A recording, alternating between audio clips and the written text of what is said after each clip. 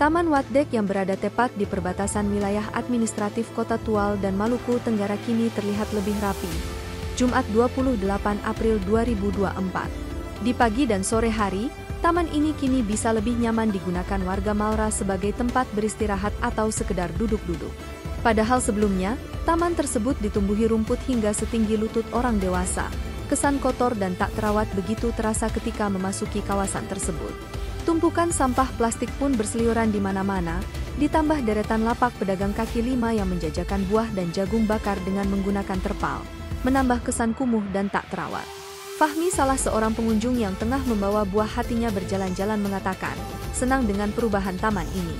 Menurutnya, dengan letak strategis di pinggir pantai ini menjadi tempat alternatif bagi pengunjung untuk sekedar melepaskan penat dan capek.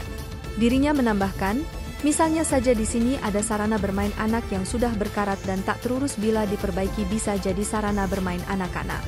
Dia berharap, kedepannya taman ini bisa terus terjaga dan terawat demi kenyamanan dan keamanan pengunjung. Download Tribun X sekarang, menghadirkan lokal menjadi Indonesia.